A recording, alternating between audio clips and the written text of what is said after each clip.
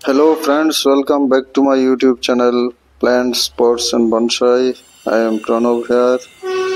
আজ আমি আমার বাগানের একটি গোলমোহরের উপর কাজ করছি। এটি 4-5 বছর যাবত আমার বাগানে পড়ে আছে। তো এটি একটি মাটির টবের মধ্যে ছিল। তো বর্ষাতে গাছটি কাত হয়ে পড়ে গিয়েছিল মাটিতে। টবটিও ভেঙে গিয়েছিল এবং গাছটি এইভাবে এখানে বড় হচ্ছিল। এতে কয়েক বছর যাবতীয় এতে নিয়মিত ফুল আসছে। তো এটি অনেক বড় বড় ডালগুলিকে আমি কেটে ছেটে নিয়েছি।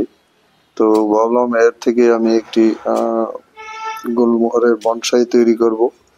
তাই এই গাছটিকে আমি মাটি থেকে রিট্রিভ করে একটি বড় গামলাতে বসিয়ে নেব এবং এর যে স্টাইলটা রয়েছে সেটাও মন্দ না। কিছু ব্রাঞ্চ একদম ভার্টিক্যালি উপরের দিকে চলে গেছে এবং বেশ কয়েকটি ডাল মাটির সমান্তরালে বেড়েছে।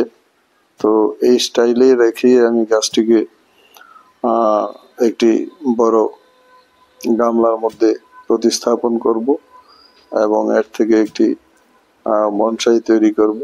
সেই বনসাইটা হবে অনেকটাই সেমি কাস্কেড ধরনের।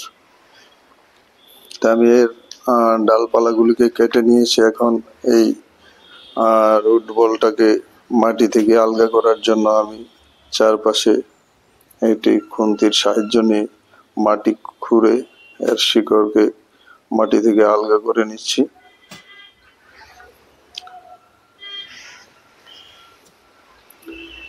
এটিও এক ধরনের গুলমোহর, বাংলা যাকে কৃষ্ণচূড়া বলে।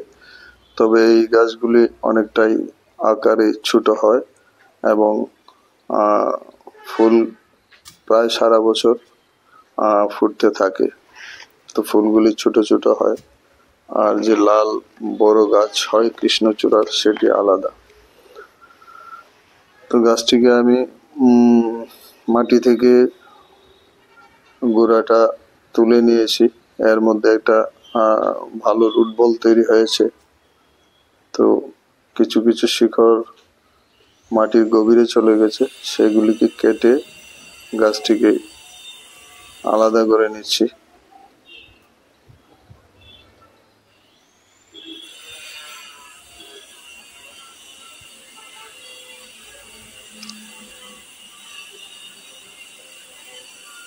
এই গাছটির যে স্টাইলটা রয়েছে সেটা হলো ন্যাচারাল স্টাইল, যেটা গাছ দাঁড়িয়ে থাকা অবস্থায় হেলে পড়ে গেছে, তারপর সেটা বৃদ্ধি পেয়েছে। এই যে ন্যাচারাল একটি প্রক্রিয়া, সেই প্রক্রিয়া অনুযায়ী গাছটি এই স্টাইলে বড় হয়েছে। তো আমি এই স্টাইলেই গাছটিকে একটি বড় গামলার মধ্যে বসিয়ে নেব এবং এর থেকে একটি বনসাই তৈরি করে নেব অতি সহজেই। আমি এর নিচের যে মোটা মোটা রুটগুলি সেগুলিকে কেটে নিচ্ছি সেকেটারের সাহায্যে।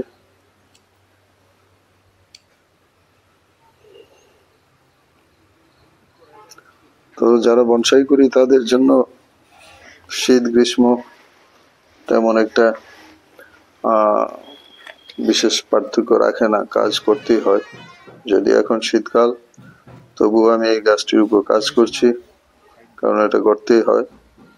তো এর অনেকটা বড় একটা রুট বল রয়েছে, তাই গাছটির তেমন ক্ষতি হবে বলে আমি মনে করি না। আর আমি এটিকে একটি বড় গামলার মধ্যে বসিয়ে গার্ডেন সয়েল দিয়ে, বাগানের মাটি দিয়ে এটিকে বসাবো। আপাতত এতে এখন আমি কোনো ধরনের সার প্রয়োগ করব না। এই গামলাটিতে, পাত্রটিতে আমি গাছটিকে রিপোর্টিং করছি।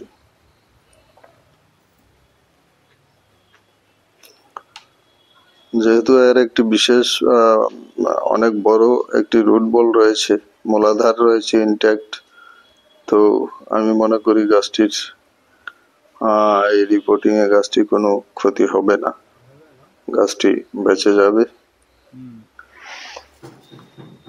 এই যে দেখুন এই গাছের স্টাইলটি, কিছু কিছু ডাল সোজা উপরের দিকে আর কিছু মাটির সমান্তরালে বেরিয়ে গেছে, যেমন কাত হয়ে গাছ মাটিতে পড়ে গেলে যখন নতুন ডালপালা বেরোয় উপরের দিকে সোজা, সেই রকম একটা এফেক্ট আছে। তো এটি অনেকটা সেমি কাস্কেড স্টাইলের মতো। তো গাছটিও মোটামুটি এস্টাবলিশ, একটা বড় রুট বল সহ, তাই আশা করি গাছটির কোনো ক্ষতি হবে না। তো আমি গামলাতে বসিয়ে চারপাশে গার্ডেন সয়েল দিয়ে ভর্তি করে দিচ্ছি। রুট বলটিকে মাটি দিয়ে ঢেকে দেব এবং চেপে দেব,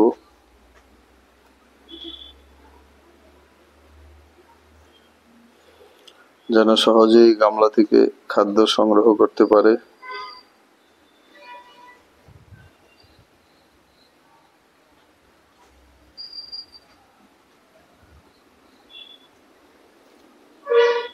তো আমি মাটি দিয়ে সেই রুটগুলিকে এবং রুট বলটিকে ঢেকে দিচ্ছি।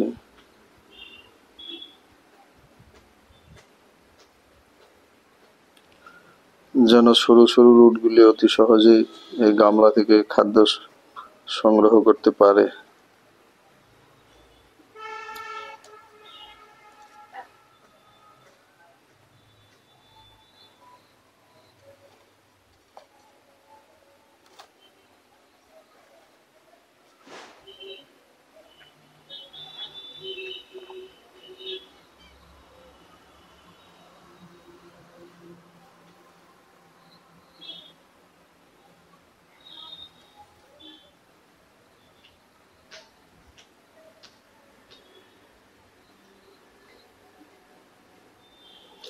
তো এইভাবে আমি একটি ন্যাচারাল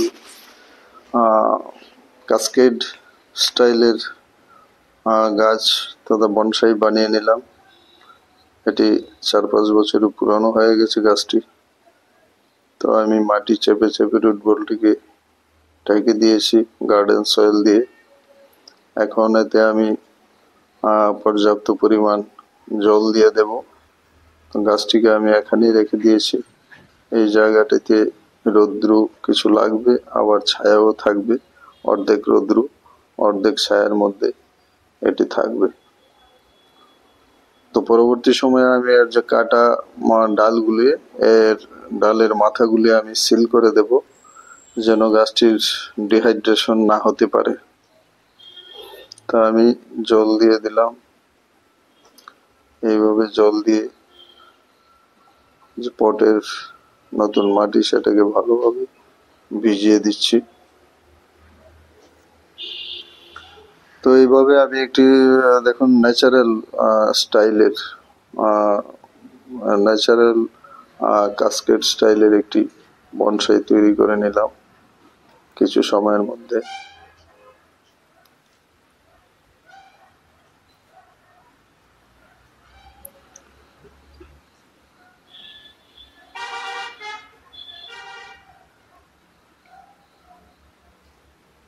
তো ভিডিওটি ভালো লাগলে লাইক, শেয়ার এবং কমেন্টস করতে ভুলবেন না। যারা নতুন দর্শক রয়েছেন চ্যানেলটিকে সাবস্ক্রাইব করে বেল আইকনটি চেপে রাখলে এ ধরনের আরো নতুন নতুন ভিডিওর নোটিফিকেশন সবার আগে পেয়ে যাবেন।